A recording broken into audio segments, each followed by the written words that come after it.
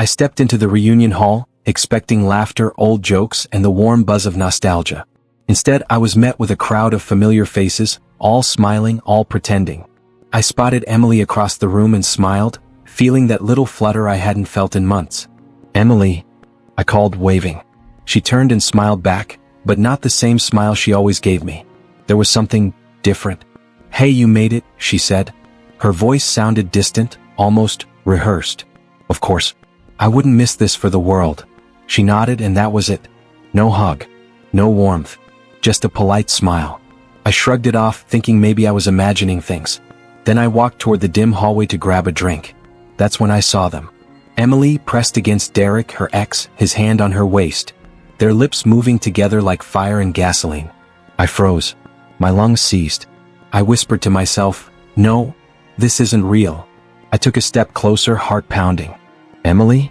She didn't hear me. Derek's hand brushed hers and they didn't even notice me standing there. Something inside me snapped. I wanted to scream, to throw myself at them, to rip them apart. Instead, I turned and walked away, pretending I didn't see it. "Everything okay?" asked an old friend, noticing my pale face. Yeah, just thirsty," I lied, forcing a smile that felt like breaking glass in my chest. I could hear their laughter down the hall. That sound, the intimacy in their voices, it cut deeper than any knife. Back in the main room, I found a quiet corner and poured myself a drink. My hands shook. "Hey, you okay?" Ryan asked, his voice low. "I'm fine," I said, though I wasn't. My throat burned. My mind raced. I need some air. Outside, the cold night hit me, but it didn't numb the pain. I kept seeing them over and over, the kiss, the touch, the betrayal. I whispered to the wind, "How could you do this, after everything?" No answer came. Only silence. I wanted to call her out, to demand answers, but my voice was gone. Fear, anger, and disbelief tangled in a knot I couldn't undo. I remembered the little things, her hand in mine that morning, the laughter we shared yesterday, the promises we made. Lies. All lies. I felt my chest tighten, my stomach sink. My own wife, the person I trusted most, choosing him over me. I wanted to hit something, scream at someone, anything to release the pressure building inside. Instead, I drove home in silence, the city lights blurring past, memories replaying like a cruel film. Every red light, every turn, I saw them again. Her lips on his. Her eyes locking with his. My name, my face, my life erased from their world in a heartbeat. I tried to shake it off. "Maybe it's not what I think," I whispered, but my mind screamed otherwise. By the time I reached my apartment, something inside me had changed. Part of me died that night, the naive, trusting part. But something else stirred, cold, calculating, and dark. I didn't cry. I didn't yell. I just sat on the couch and stared at the ceiling. And I swore, quietly but fiercely, they're going to pay. Every single one of them. Starting now. The night I lost everything, I also found something I never knew existed. A version of me that wouldn't let this betrayal go unanswered. I couldn't stay silent any longer. That night, I confronted Emily as soon as we got home. "Emily, what was that tonight?" I asked, trying to keep my voice steady. "What do you mean?" she said, looking genuinely confused, blinking like she couldn't remember a thing. "The hallway. Derek, kissing." Her eyes widened. "What? You're imagining things. How could you even think that?" I felt my hands shake. "I saw it." "What? You saw nothing. You're overreacting as usual," she interrupted, her voice rising. "Why are you always so paranoid?" I took a step back. "Paranoid? Emily, I saw you with him. With Derek." "Derek? He's my ex. You've always been insecure about him. You're twisting everything, making it sound worse than it is." I wanted to scream, but the words stuck in my throat. My chest burned, my head spun. How could she gaslight me like this? I dialed Ryan immediately. "Ryan, I don't know what to do. She's lying." "Calm down, man. Breathe," Ryan said. His voice was steady, grounding me. "Do not confront her like this. Think smart. Gather proof. Don't let your anger ruin you." "I can't. I feel broken, Ryan. Humiliated. Like everything I trusted, it's gone." "I know, bro. But if you act now without thinking, she'll slip through your fingers. Let's plan this." I hung up and stared at the wall. She walked past me, humming like nothing happened. I whispered under my breath, "How can she act normal after that?" Work the next day was impossible. My hands shook as I typed emails. Every notification made me jump. Every sound made me imagine Derek laughing behind my back. "Hey, are you okay?" Lena, my coworker, asked. I looked up, forcing a smile. Yeah, fine.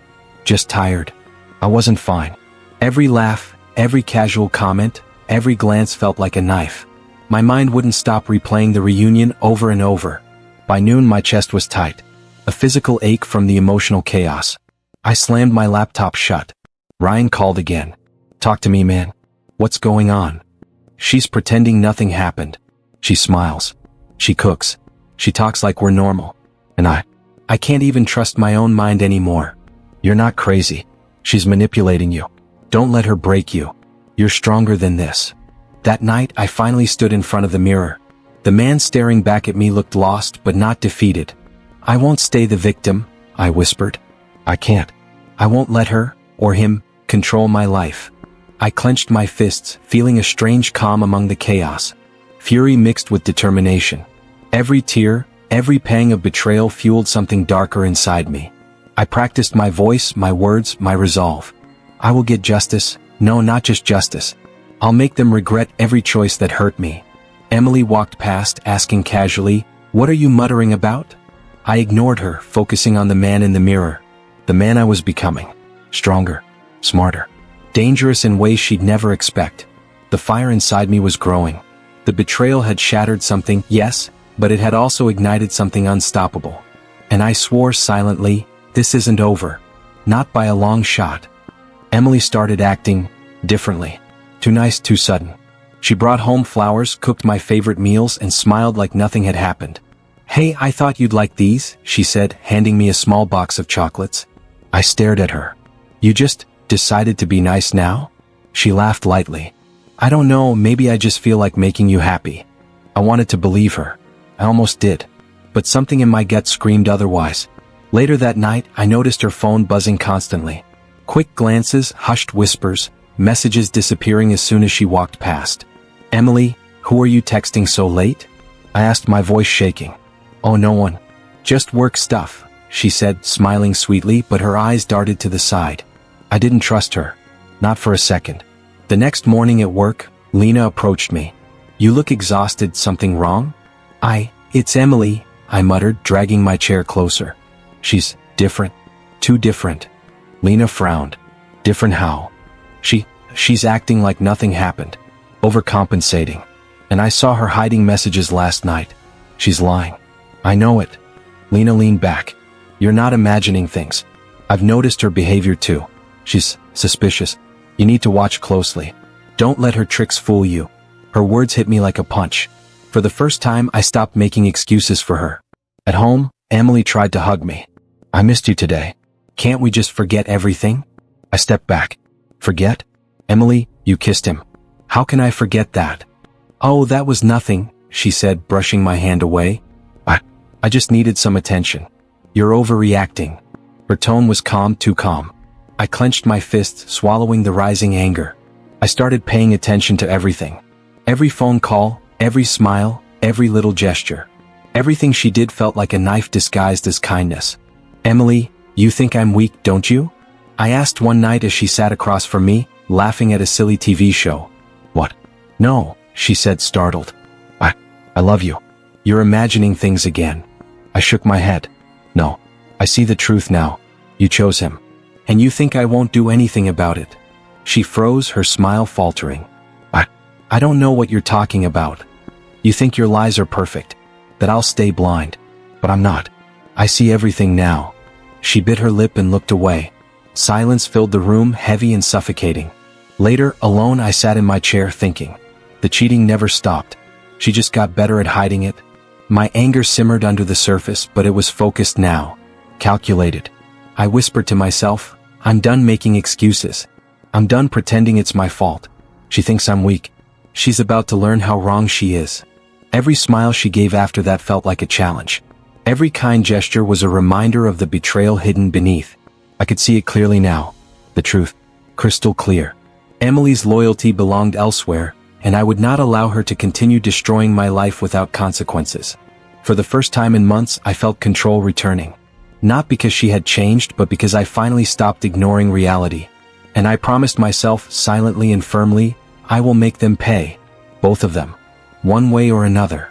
I stared at the ceiling for hours before finally whispering to myself, I'm done crying. I'm done breaking. My voice sounded foreign, calm, sharp, almost surgical. When my phone buzzed, Ryan's name appeared. He didn't bother with greetings. You ready to stop being a victim? He asked. I'm ready to bury them, I replied. But smart. Quiet. Good. Then meet me. I have something you need to see. When I arrived, Ryan slid a folder across the table. What's this? I asked. Proof, he said. Real proof. Derek's a bigger fraud than you think. I opened the folder and felt my pulse spike. These texts, these emails, how did you get this? Doesn't matter, he said. Read the one from last week. I scanned the message thread. Derek bragged about investors who didn't exist, revenue numbers he fabricated, and plans that were nothing but smoke. He's running a scam, I muttered. A whole startup built on lies, Ryan confirmed. And Emily? She's in it up to her neck. My jaw tightened. She chose this. She chose him. And he's using her. I leaned back, letting the truth settle like cold metal in my chest. Good, I said. That makes everything easier. Ryan raised a brow. Easier? I'm not going after emotions anymore. I'm going after consequences. He smirked. Now you're talking. I tapped the table. I want everything. Every screenshot. Every call log. Every voice note Derek ever left her. I've already started collecting, he said. And trust me, it's a gold mine. Send it all to me, I told him. Tonight. You really think you can take them both down? He asked.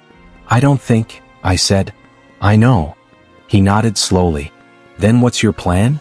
I took a breath, letting my thoughts sharpen. First, I need patterns. When they talked, why they talked, what they hid, what they feared. If I know their secrets, I control their fate. And second, he pressed. Leverage, I replied. No revenge is clean without leverage. Ryan chuckled. Damn. This is the version of you Derek never saw coming. Exactly, I said. I'm not emotional anymore. I'm surgical. He leaned back. So Emily's included in the fallout? She made her choice when she lied to my face, I said. No one drags me through hell and walks away untouched. Ryan whistled under his breath. Cold? Not cold, I corrected. Focused. I stared at the folder again, feeling the anger dissolving, not fading but transforming into something sharper. They think I'm broken, I said. They think I'm the guy who'll cry and beg and fall apart. Aren't you? He teased lightly. Not anymore, I said. I'm done reacting. Now I act. Ryan crossed his arms. Then let's start. I spent the next hour reviewing everything. Screenshots. Deleted messages. Location tags. Phone calls at 2 a.m. You realize, I said, this is enough to burn Derek's entire career. And Emily's reputation, Ryan added. Good, I said. I want them both to feel the ground disappear. So what's the trigger? He asked. Timing, I said. Revenge isn't about rage. It's about patience. I'll let them think they're safe. I'll let them breathe. And then I'll cut the air. Ryan nodded approvingly. You're actually terrifying right now. I should be, I said. When I finally stood up to leave, he asked, when does it start? Tonight, I said. Tonight I build their hell. He raised a brow. And tomorrow? Tomorrow, I answered, I start dragging them into it. With that, I walked out, calmer than I'd been in weeks, but carrying a storm only I controlled. Because for the first time since the betrayal, I wasn't suffering. I was planning. I stared at the evidence on my screen and whispered, time to pull the first thread. My hands didn't shake. My breathing didn't falter. I was steady, finally steady. I opened an anonymous email window and muttered, let's see how strong your empire really is, Derek. One by one, I attached the forged contracts, the doctored investor reports, the stolen pitches. Everything he thought he'd buried. Ryan called me right as I hit send. You did it? He asked. It's gone, I said. Straight to every investor he ever lied to. He laughed softly. Then grabbed some popcorn. The show's starting. I refreshed one of the investor group chats I used to be part of. Look at this, I told Ryan. They're already asking, is this real? Who faked these numbers? Who forged these signatures? Ryan hummed. Your boy's in trouble. Oh, he's drowning, I said. And he hasn't even realized the water's rising. Hours later, Derek called Emily, again and again. I didn't need to hear the words, I only heard the tone every time she answered. What do you mean you didn't send anything? She snapped. Then another call. Stop yelling, Derek. I don't know what's happening. Then another. You're blaming me? You're actually blaming me? I leaned back in my chair, listening through the recording software Ryan had installed. He's panicking, I said. Ryan chuckled. He knows investors don't play. Fraud is a career death sentence. Suddenly, Emily's voice hit a new pitch. Why would I leak anything? You're the one who forged half those documents, she yelled. I smirked. And there it is. Ryan asked, you think they'll turn on each other? They already have, I said. Pressure does that. Derek's voice boomed through the speakers. You were supposed to keep those files secure. Emily shot back. You told me they were safe. You told me nobody could access anything. Someone got in, Emily. Someone sent everything. Well, it wasn't me, she screamed. I exhaled slowly. They're cracking, I said. Perfect. By the next morning, investor replies flooded the chat. He lied to all of us. These numbers are fabricated. This is criminal behavior. I'm pulling my money immediately, I whispered, and the collapse begins. Ryan messaged me. Dude, employees are quitting. Investors are leaving. Debts are popping up everywhere. Good, I replied. Let it burn. He called back instantly. You see the news post? I opened it and read the headline aloud. Derek Hale's startup under scrutiny for alleged fraud. I smiled. Beautiful. Ryan asked, what's he doing now? Calling Emily nonstop, I said. 7 calls in 10 minutes. Is she answering? No, I said. She's terrified. She knows this mess wasn't meant to explode like this. Another voicemail from Derek played automatically. Emily, pick up. Investors are threatening lawsuits. Half the team just quit. I need you, please. I whispered, need her? He's never needed anyone. That's desperation. Ryan exhaled. What's your next move? Nothing, I said. Not yet. You're just watching? Yes, I said. Let the chaos breathe. Let it take shape. Another voicemail came through. I know you're avoiding me. You think I don't see that? Pick up the phone, Emily. Then another. Everything's falling apart. I can't fix this alone. I closed the audio window and leaned back. He's losing everything, I said softly. And I didn't even touch him. I just told the truth. Ryan laughed. Your quiet revenge is terrifying. It's not revenge, I corrected. Not yet. So what do you call this? Foundation work, I said. I'm breaking the ground he stands on. And after? I felt a cold certainty settle in my chest.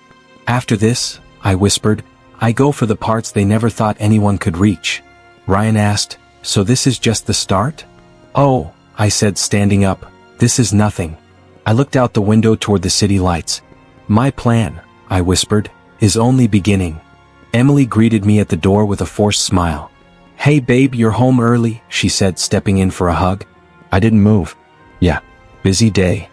She laughed too brightly. Just, work. I made your favorite dinner. Did you? I asked, hanging my keys slowly. Why the sudden generosity? Her eyes flickered. What do you mean? I'm just trying to take care of you. I walked past her. Right. At the table she placed the plate in front of me. You haven't been eating well lately. I'm worried. Are you? I asked. She sat across from me, trying to look soft. You've been distant. You think so? She leaned forward. Talk to me. Don't shut me out. I stabbed a piece of food with my fork. Funny. You care now. Why would you say it like that? She whispered. I shrugged. No reason. Inside I felt nothing. No warmth, no attachment. Just a quiet certainty that this marriage was a corpse she kept pretending was alive. Ryan met me outside the next day. He crossed his arms. Dude, you can't keep pretending nothing's happening.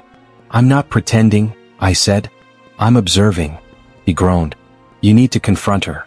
And she's playing house like nothing's wrong. That's the point, I said. I want her lies to pile up until even she can't breathe.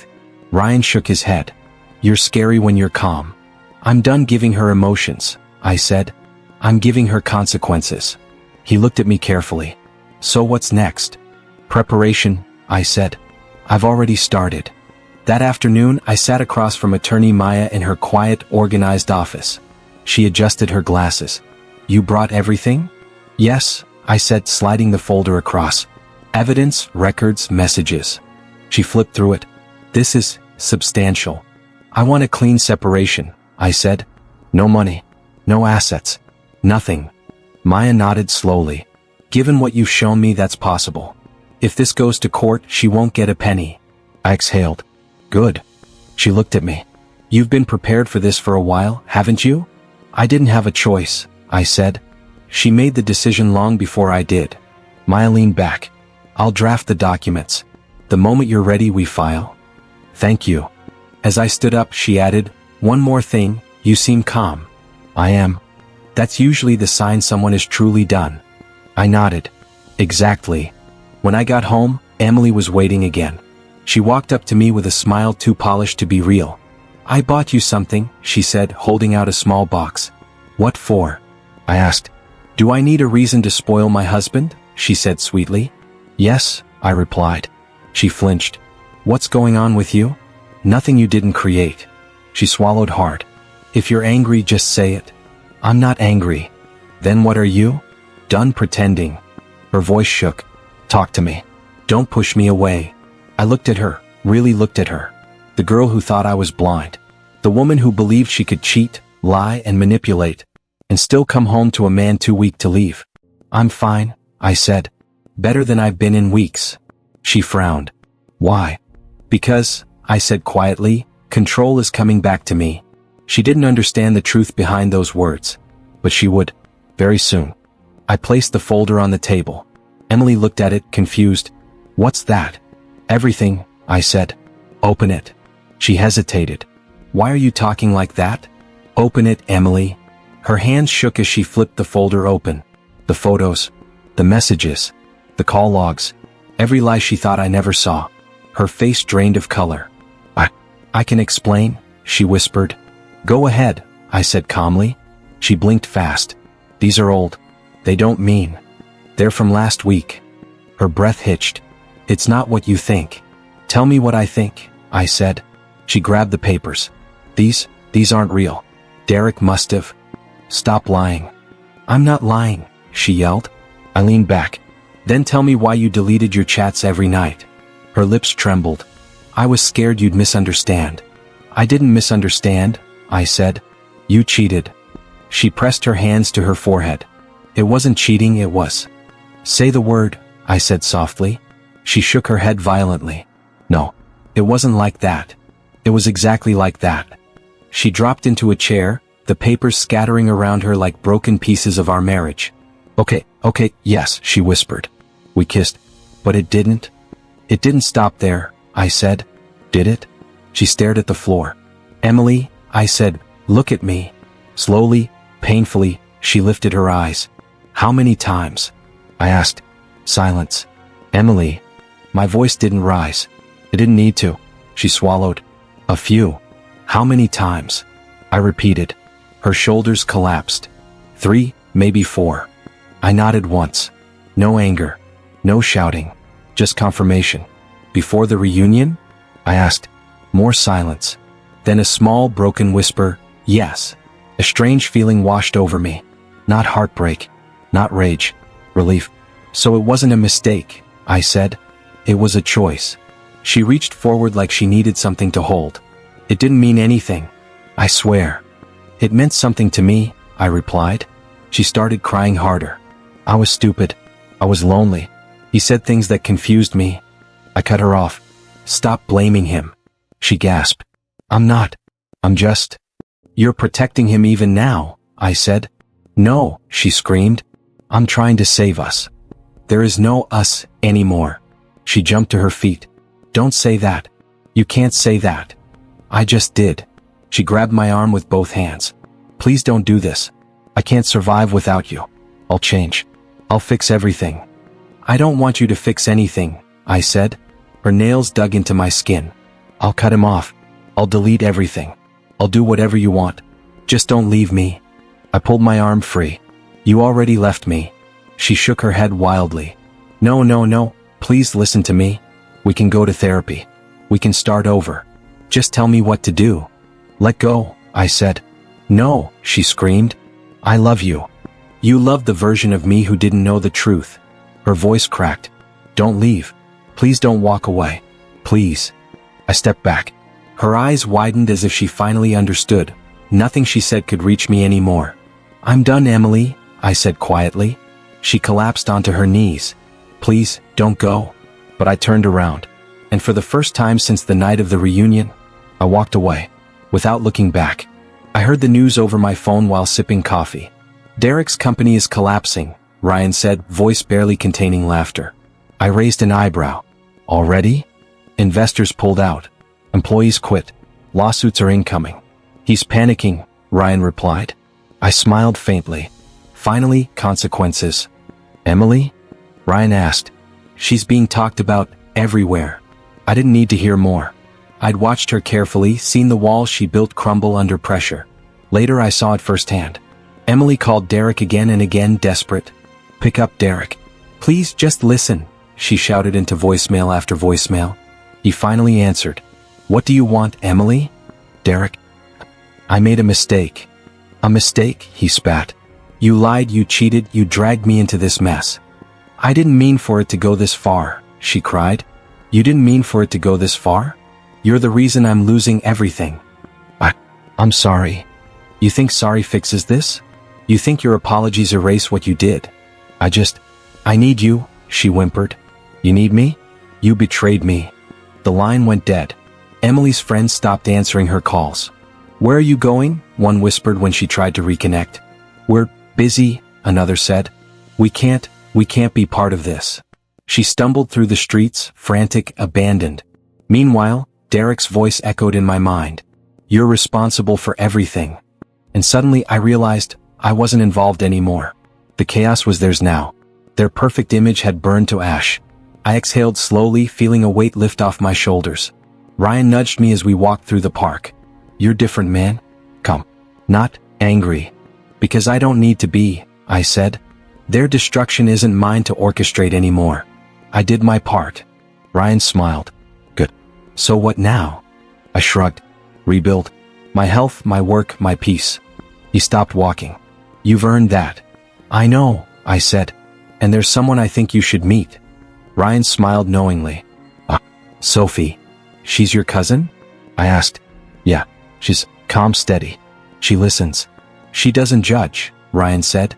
"I think you could use that." I met Sophie at a small cafe. She smiled gently. "Hi. Ryan told me a lot about you." I chuckled lightly. "Not sure if it's good or bad." "Mostly good," she said softly. I felt something I hadn't in months, a quiet comfort. No expectations, no judgment. Just presence. We talked for hours. About small things. About work. About books. About life. For the first time since Emily and Derek, I felt like I could breathe. "You seem a lighter," Sophie said, noticing the change. "I am," I admitted. "It's been a long time coming." She nodded, eyes kind. "I'm glad you're finding your peace." I smiled faintly, a real smile this time. Because while Derek and Emily tore each other apart, I was finally reclaiming my life. And somewhere in that calm, quiet presence, I realized healing wasn't revenge, it was freedom. Sophie didn't fix the past. She simply reminded me that the future was mine. I didn't check the news, but Ryan called anyway. "Derek's a disaster," he said, trying to hide a laugh. "Already?" I asked. "He's bankrupt. Investors left. His reputation's gone. People are laughing at him." I exhaled slowly. "Good. Let him deal with it." "And Emily?" Ryan asked. "She's broken. Completely." I leaned back thinking. "Not my problem anymore." "Not even a little?" he teased. "Not even a little," I said firmly. "I've spent months letting her control my life. No more." Later that week, I ran into Sophie at a small coffee shop. "Hey," she said softly, sliding into the seat across from me. "Hey," I replied, feeling a strange calm. "You seem lighter," she said, observing me carefully. "I am," I admitted. "It's been a long time coming." She smiled faintly. "Good. You deserve that." I looked down at my coffee. For months, I thought peace meant revenge, watching them suffer. But it doesn't. It never did. Peace is just being free. Sophie nodded. "I think you're finally free." I chuckled. "Yeah, and it feels warm. Not like anger or pain. Just warm." She tilted her head. "Warm sounds good." We talked about small things, books, music, plans for the weekend. No drama, no lies, no manipulations. just presence. For the first time in a long time, I realized I wasn't holding my breath anymore. Ryan called again later. You hearing about Emily? I don't want to, I said. Too late, he laughed. She's depressed. Friends abandoned her. She keeps calling Derek. He ignores her. She's spiraling. I exhaled, letting it settle. Good. She finally understands the cost of her choices. Not proud, huh? Ryan asked. No, I said quietly. I'm relieved. That's all. Later, Sophie walked beside me on a quiet street. You're smiling, she said. I am, I admitted. It's real. Not fake, not forced. Good, she said, nudging me lightly. I've spent so long expecting pain, I said. Pain from betrayal, lies, anger. Now, for the first time, I feel like I deserve happiness too. She looked at me with gentle eyes. You do. I let myself believe it. Warmth spread in my chest, unthreatened by memory or fear. We stopped at a park bench. I watched the sunset, letting the colors settle around me. You ever think about them? Sophie asked quietly. Sometimes, I said. But not to hurt myself. Just to remember what I left behind. To remember why I walk forward. She nodded, her hand brushing mine. Then walk forward. I said softly. And I will. Every day a little more. I felt my heart lighten. The chaos, the betrayal, the darkness, all of it was behind me. They're falling apart, I whispered. And I'm walking into something better. Sophie smiled, leaning slightly closer. And you're not alone. No, I said, looking at her. Not anymore. For the first time in months, I felt warmth without fear, happiness without guilt. I was moving forward. My life, my choices, my peace. And nothing, not Emily, not Derek, not the past, could pull me back. I watched from a distance, phone in hand, as their world collapsed quietly. Emily, you have to answer me, Derek shouted over the line. I'm done, she whispered. Leave me alone. You can't just walk away, he yelled. I can, she said. And I will. I smiled faintly. Ryan nudged me. You're not going to call, confront, or fight? No, I said. That's their job. They made their choices. Now they face them. Minutes later, another call from Derek buzzed through Emily's voicemail. This is your fault, he screamed. She started, then hung up. Did you hear that? Ryan asked. Exactly, I said. They're doing this to themselves. Not me. Emily paced her apartment, muttering to herself. I can't believe I ruined everything. How did I let it get this far? Derek called again, frantic. Emily, answer, please. Investors, everything's collapsing. She covered her face with her hands. I can't fix this. I can't fix anything. I leaned back, letting the silence stretch. Feels good, doesn't it? Ryan asked quietly. It's not revenge, I said. It's truth. That's the difference. I didn't do anything except watch them live with what they chose. They were drowning in their own lies, in their own betrayals, in the mess they created together. Emily cried into her pillow. I never thought it would end like this. Derek slammed a door in the background. Everything we built, gone. I didn't flinch. I didn't gloat. I didn't call. I just let them suffocate under the weight of their own decisions. I turned off my phone. Sophie's hand brushed mine. Are you okay? I am, I said, feeling the warmth of her presence. For the first time in months, I'm okay. Free? She asked. Yeah, I whispered. Completely free. I took a deep breath. The city outside felt lighter somehow. They destroyed me for a moment, I said quietly, but they destroyed themselves forever. Sophie smiled softly. I looked at her, at the life in front of me. Let them burn in their own hell, I said. I'm walking into mine. Stronger. Wiser. Finally, at peace. And I did. I walked away. And this time I didn't look back.